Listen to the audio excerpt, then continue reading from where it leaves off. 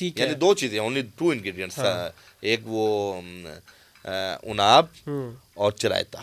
ٹھیک ہے. اچھا ڈی ہائیڈریشن ہو جاتی ہے سردیوں کے اندر، آپ جی نے جی دیکھا ہوگا، کیونکہ گرمیوں میں ہم پانی پیتے رہتے ہیں لیکن سردیوں میں ہمیں ڈی ہائیڈریشن ہو جاتی ہے.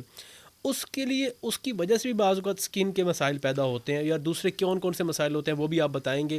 اس میں کیا کوشش ہونی چاہیے کہ ہم گھریلو سطح پر وہ کر کے اسے بچ سکتے ہیں؟ جی، سردیوں میں عموماً ڈی ہائیڈریشن ہوتی ہے. اس میں پہلی چیز تو یہ ہے کہ اسکن بھی ڈی ہائیڈریٹ ہو جاتی ہے بالکل. اور باڈی بھی ڈی ہائیڈریٹ ہو جاتی ہے. جی. پہلی اہم چیز یہ ہے کہ ہمیں پانی کا انٹیک کمپیریٹیولی گرمی کے سردی میں تو لازمی پینا چاہیے 10-12 گلاس. ٹھیک ہے. ہمارے یہاں سردیوں میں خوراک بھی گرم ہو جاتی ہے، ہم لوگ نٹس بھی کھا رہے ہیں، ہم فش بھی کھا رہے ہیں، ہاں. ہم مرغن چیزیں بھی کھا رہے ہیں، بالکل اور اس بالکل. کے باوجود جب ہم پانی کم پیتے ہیں تو ہماری باڈی ہیٹ پکڑ لیتی ہے، حدت.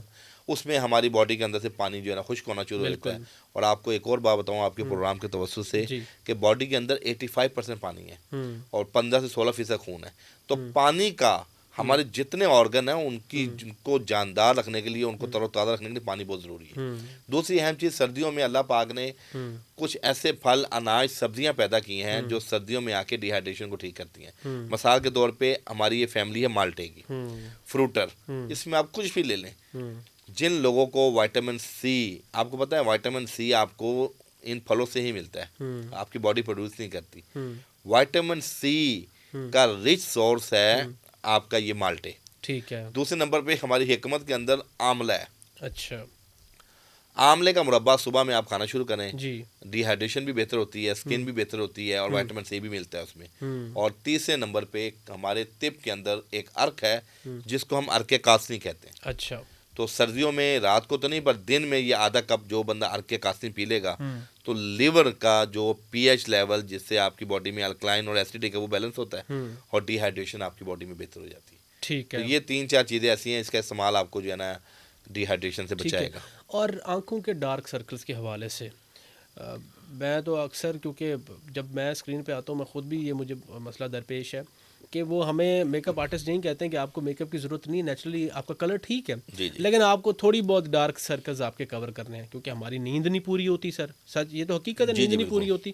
تو اس میں کیا جائے پھر؟ عمر شریف بھائی دیکھیں، ہم جتنے ٹوٹکے بتاتے ہیں نا، وہ ٹوٹکے اس وقت کام کریں گے جب ہمارا لائف اسٹائل سیڈنٹری سے ہم لوگ ٹھیک ہے. مبرہ ہوں گے. ٹھیک ہے. ہمیں رات کو اسکرین ٹائم کم کرنا ہے. بیڈ ٹائم پہ ہم جو 2-2 گھنٹے موبائل دیکھتے ہیں، ٹھیک ہے. پھر ہم لیٹ نائٹ سوتے ہیں، ٹھیک ہے. اور یہ ساری چیزیں کاؤنٹ کرتی ہیں.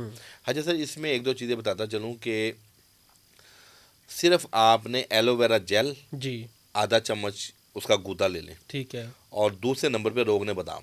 ٹھیک ہے. جن لوگوں کو ڈارک سرکل کا مسئلہ ہے وہ رات سوتے ہوئے اپنی آنکھوں کے ارد گرد اس کا لیپ کر کے سو جائیں، اور صبح اٹھ کے 2 کام کر سکتے ہیں. یا وہ کھیرا لے کے اس لیکوڈ کو، کھیرا اس کے اوپر ہلکے آنچ سے نا آنکھیں بند کر کے پھیر لیں، چھوٹے چھوٹے پیس کھیرے کی. یا ٹماٹر، ٹھیک ہے، اس کو کاٹ کے اس کو یوں کر کے آنکھوں کے پھیر لیں. سر آپ امیجن کریں 30 سے 4 دن ایکسٹرنل اگر کوئی ایشوز ہیں ڈارک سرکل کا تو وہ ریکٹیفائی ہو جائے گا انشاءاللہ. External issue.